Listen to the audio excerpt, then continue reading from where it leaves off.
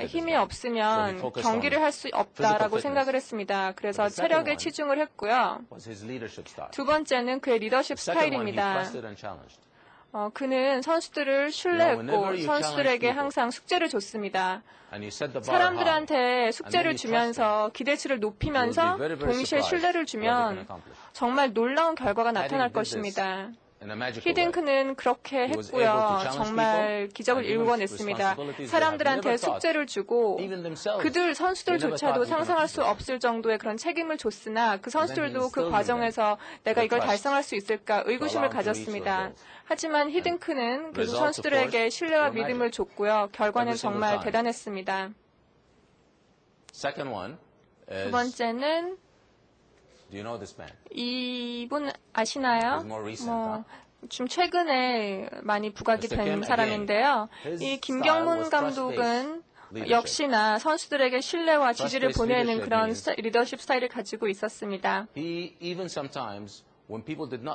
사실 그 선수들이 경기력이 안 좋았을 때도 이 사람은 재능이 있다, 이 선수는 재능이 있다라고 생각을 해서 안타를 못 치고 성적이 안 좋았어도 계속해서 출전을 시켰습니다. 그리고 이 사람한테 계속 믿음과 신뢰만 보내면 언젠가는 잘할 것이다라는 믿음을 가졌습니다.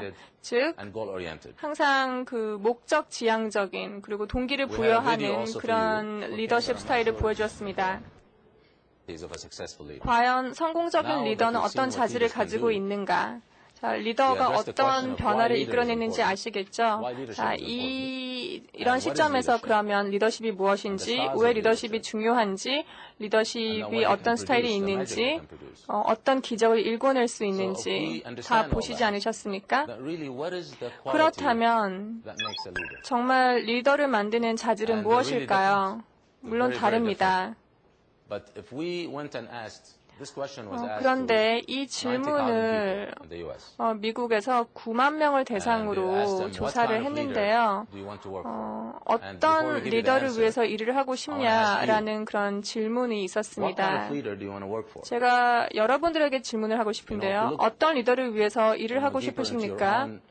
한번 가슴 깊이 생각을 해보세요. 저도 가끔 저한테 잘 자문을 하는데요. 과연 나는 어떤 리더가 좋은지, 나는 어떤 리더가 필요한지 생각을 합니다. 물론 제일 똑똑한 사람이랑 일하고 싶다. 최고 기업의 리더와 함께 일을 하고 싶다. 굉장히 의지를 가지고 있는 그런 리더와 일하고 싶다. 답이 많죠?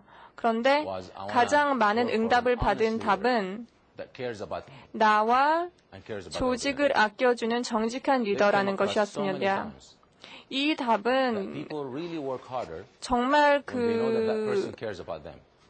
왜 이렇게 대답을 했냐면 정말 이 리더가 나를 아끼고 조직을 아낀다는 사실을 알면 사람들은 정말 열심히 일을 합니다. 김경문 감독도 마찬가지고 히딩크 감독도 그렇기 때문에 이 선수들이 그렇게 열심히 싸운 것입니다.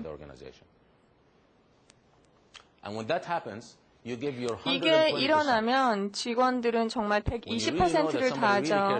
정말 누가 나를 이렇게 아낀다라는 사실을 알면은 100%가 아니라 120%까지 헌신을 합니다.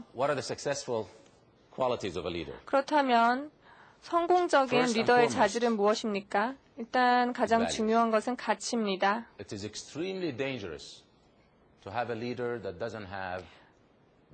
가치가 없는 리더는 굉장히 위험합니다.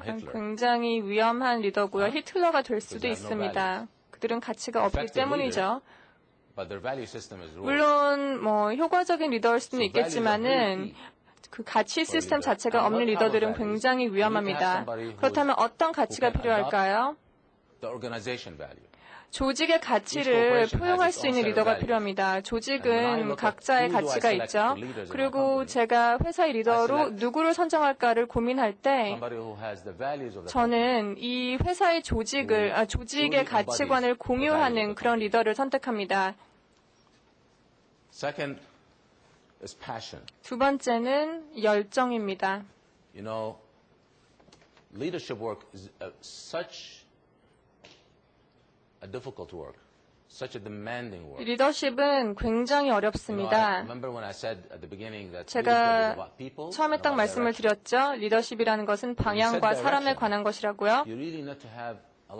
방향을 설정할 때는 사람들을 이끌기 위해서 열정을 가질 필요가 있습니다. 이 열정과 확신 그리고 믿음이 없으면 안 됩니다. 제가 말씀드리고 싶은 거는 이 감정과 열정 사이에는 차이가 있습니다. 이 두 가지는 다른데요. 사람들이 물론 헷갈리는 경우가 있는데 감정은 좀 위험합니다. 왜냐하면 감정은 판단을 흐리게 하기 때문이죠. 어떤 사안에 대해서 감정적이 되면은 올바른 판단을 할 수가 없고요. 그러다 보니까는 선택이 잘못될 수가 있습니다. 반면에 열정은 다릅니다. 열정은 나를 이끌어주고요. 내가 방향을 설정하고 비전을 설정하고 그 목표를 달성하기 위해서 굉장히 중요한 리더의 자질입니다. 다음은 아까 제가 리더십은 사람이라고 말씀드렸지 않습니까? 그만큼 리더십은 온정적인 마음이 있어야 합니다. 내가 다른 사람의 입장에 대해서 그 사람의 상황을 생각해 볼 필요가 있습니다. 저 아버지께서는 저한테 항상 너는 귀가 두 개고 입이 하나인 이유는 그만큼 사람들의 얘기를 많이 들어줘야 되기 때문이다라고 말씀하셨습니다. 그만큼 이 온정이라는 것은 남의 얘기를 들어주는 것입니다. 리더는 남의 의견을 경청하는 것이 굉장히 중요합니다. 경청을 하지 않으면 효과적으로 그 밑에 있는 사람들을 이끌어줄 수가 없습니다. 언제 압력을 주고, 언제 푸시하고, 언제 끌어줄 것인가, 언제 칭찬을 해주고, 언제 야단칠 것인가를 알 수가 없습니다. 네 번째 요건이 여기 있는데요. 사실 이 네 번째 요건은 사실 가장 어려운 부분이기도 한데 이 균형을 찾는 것입니다. 좋은 리더가 되기 위해서는 그 균형 감각이 있어야 합니다.